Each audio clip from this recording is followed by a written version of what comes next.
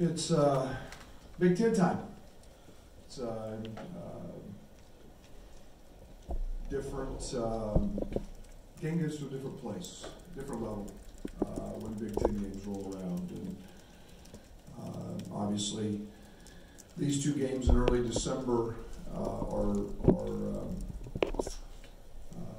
become very important. Everybody's going to play one at home, one on the road, and establishing who you are. It's one of the reasons we play the toughest schedule we can. Prior to that is to make sure we get ourselves ready for these games. And we get a very good Rutgers team, a team that was an NCAA tournament team, a team that returns a lot, a team that is extremely well coached, and a team that in the past we've had just battle royals with. This team is no different. Ron Harper Jr., I'm sure that it seems like he's been here forever, and an outstanding player, one of the best in our league. Cliff Omayuri is a guy that has made the jump from his freshman to sophomore year and showed substantial growth. Mulcahy, McConnell, all those guys are veterans. Those guys are all guys that have a lot of experience. They're very good basketball players. They're extremely well coached. They're very, very tough, and one of the better defensive teams in not just the Big Ten but in the country. So there'll be a physicality piece that we've got to be ready for. They have great size and great length. This team is not small. They're going to start play Harper at the point. There's a lot of length out there, so we'll have to adjust to that, and the game really starts when the ball goes up on the glass, because they're a team that is extremely long and athletic, and if we don't hit them, they can be very effective on the glass. So be a challenge. How much does it change the complexion of the defensive matchups if Geo Baker is not going to play? Gio's one of the better guards in our league, so what they do is they get really big. His young man they've been starting 6'7", 6'8", in place of Gio. And don't know Gio's status, but it's they're a team that again just adds to that length and that athleticism. But and Gio's not small at 6'3", 6'4", so they just get even longer. Required question about the health of the team, particularly with start with the sicknesses. Is everybody back to health on that side? DeMonte was out, did miss practice, but was not well yesterday. Hutch was out still, but was back today, his first day, and so it's the first really full day of having everybody in practice that we've had, even though we're still kind of cleaning up the back end of that flu bug. Is there any update on Andre, or maybe can you shed some light on what the process is that he's dealing with? It is a process, and he's out.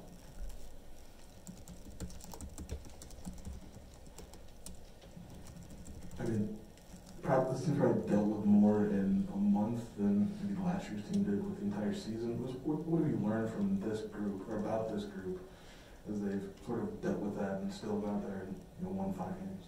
We're getting better. I'm excited about it. You think we let one slip without Kofi at Marquette, and then we just had one of those nights against Cincinnati. It's still unexplainable and yet it probably is explainable when you hadn't practiced and we were dealing with a lot of other stuff. But this team's getting better. This team's starting to execute better. This team's starting to identify roles better.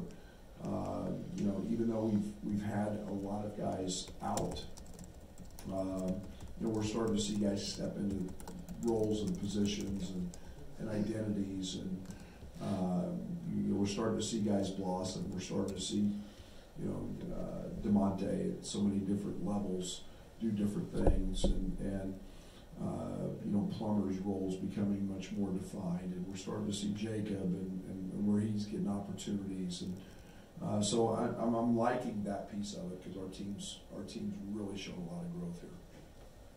Hey Brad, with Kofi coming back and scoring the way he's been scoring in his 3-4 games, the shots seem to have opened up on the perimeter for the shooters on the outside. What have you seen from those guys, and what do you think's made them successful in the last couple of games?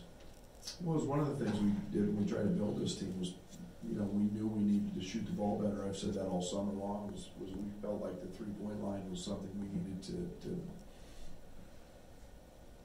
expand our game in, and obviously, Luke, RJ, Pods, all those guys do that, but now you add Plummer, who's a guy who had 11 in the game and is a really good shooter. Excuse me. Coleman has always been able to shoot the ball. So you got to surround Kofi with that. And when we had Andre, with Dre was a guy who again could spray it and make players and open the court up in different ways. So Kofi's shown a great ability to pass it thus far. He's going to have to do that again tomorrow, I would think. But again, he's a guy that he needs to see the ball just about every trip down the court if I have my way. Coach, a little more on Ron Harper Jr. He's kind of a unique player with his body style and skill set. What are some of the challenges in trying to check him?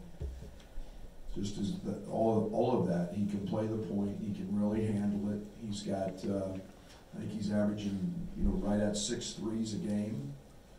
So he's got great range, and he's a guy that loves the physicality of the game.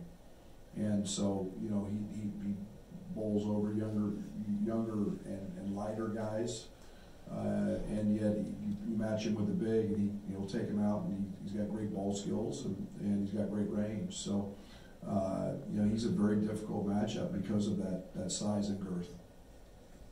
Coach, what are you noticing from Dre as he goes through this difficult process, and what's important, or what have you seen from his teammates as they try to help him get through it?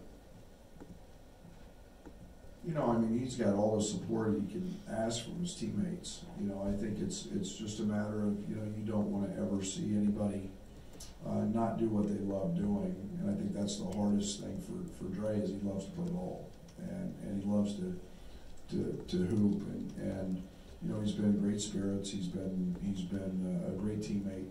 He continues to help educate. He helps to talk, energize. We're blessed that he's got that type of charisma and that knowledge. But again, there's a process he's got to go through, and everybody's supportive of that, and we've got to just continue to be there and be supportive for him. Maybe sound weird to ask this about DeMonte 5 years in, but does he remind you of anyone that you've had in the past, that ability to play the 1 on 3 or 4 or 5 minute stretch, and then the 4, and then everything kind of in between? Yeah, I did that with Thomas Walkup a lot. I haven't had another guy since then. That could, we played Tom a lot at the point in the West Virginia game his senior year, and he had a big game. Just because of matchups and his ability to pass, and wasn't just his ability to shoot. DeMonte's a lot like that, and they're different players on the offensive end, but their capabilities, their abilities to be that versatile, and we ask more from Tom from a scoring standpoint than we need from DeMonte, but very similar in terms of the asks that we're asking of him. You mentioned DeMonte was maybe not well and still practiced, and that was him on Monday too, not well and still playing. Just how much has he been the glue that's held this thing together for a month? He has been it. Period. We've had other guys that have fought through different things, but so not near as much has been asked. You're talking about a guy that we couldn't start the second half because he's in the can throwing out, and is mad because I took him out. I said, well, you weren't here. And he's like, yeah, I'm good, I'm fine. You know, you've got a guy that's, you know, throwing up and diarrhea and shows up and is showing up at practice and wants to help his teammates. To me, that's pretty selfless. That's pretty tough. You know, that's what DeMonte is. And you know, and coach, you know, don't take me out.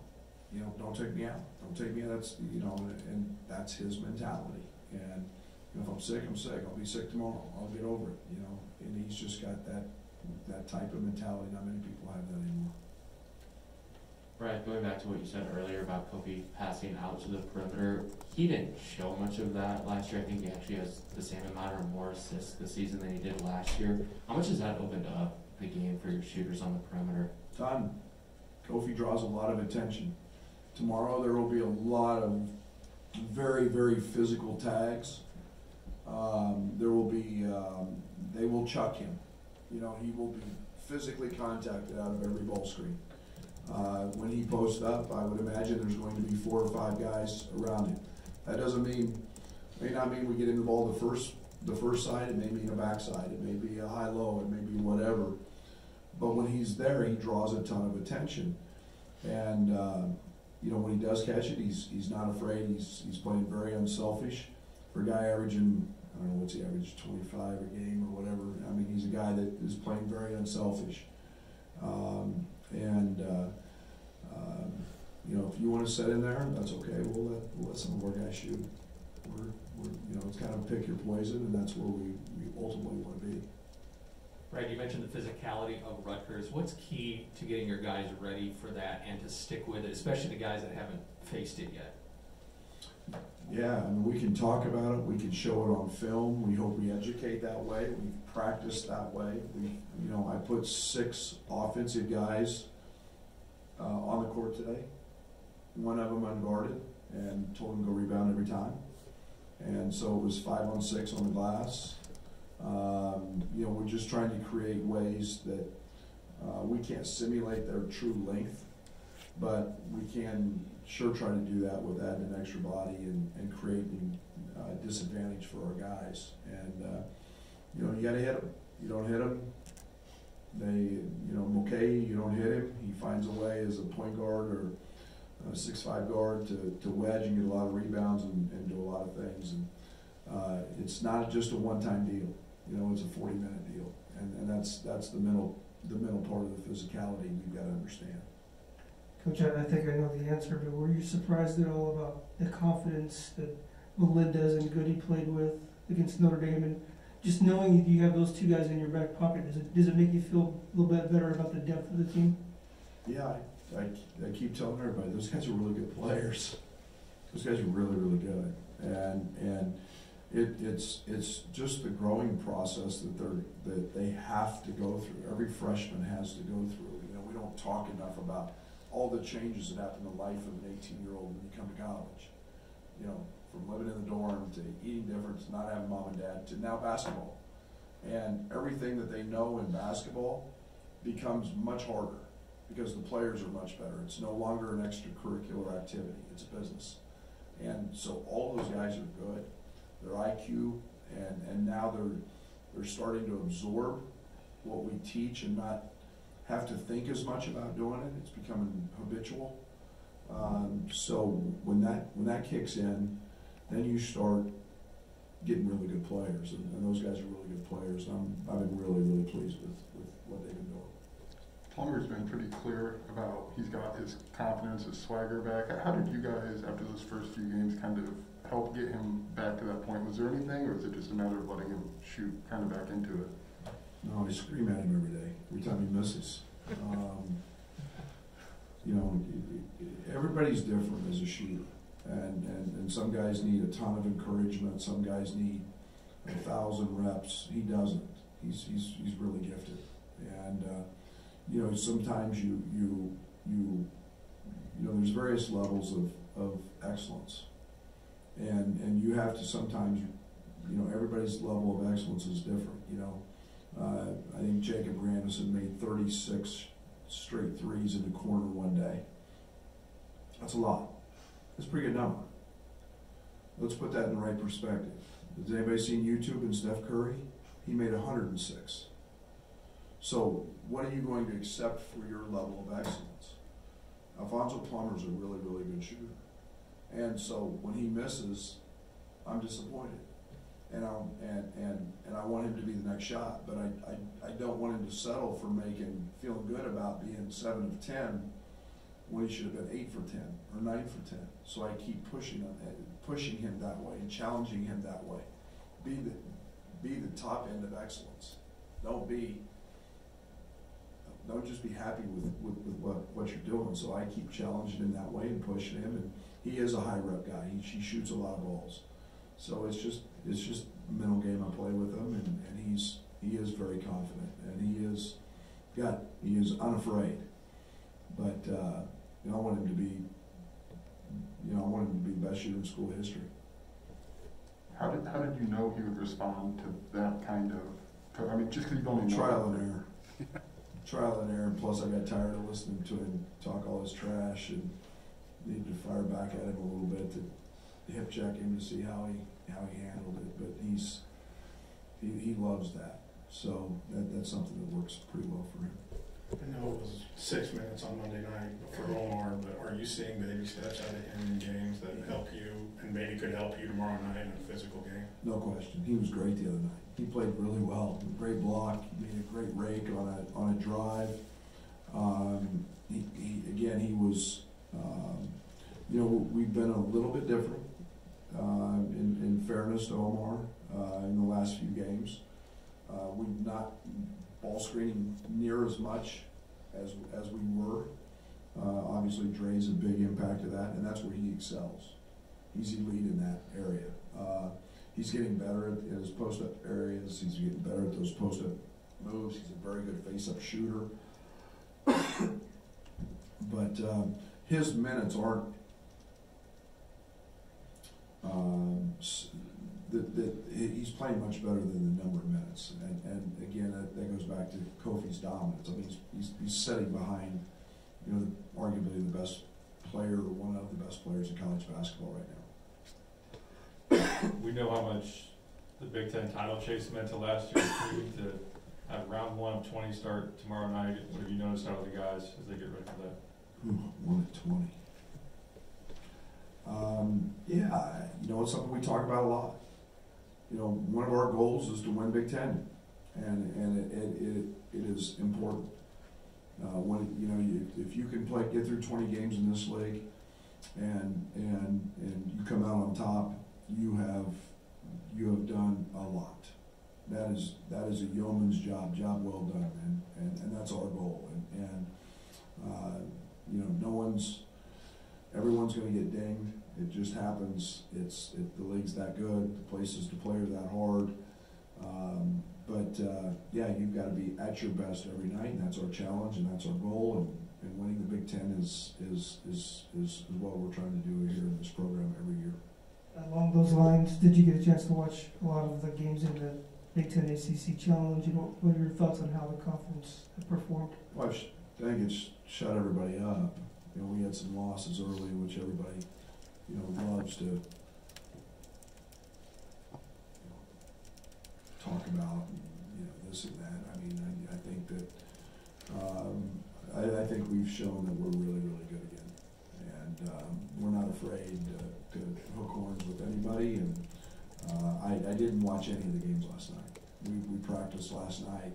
I was playing practice, watching film, and I literally didn't see any of the games till I can't wait. I heard about the 4 overtime game, but I did not see any of the other games. But again, I do follow it from the league standpoint. And again, this is going to show that this league is really good again. All right.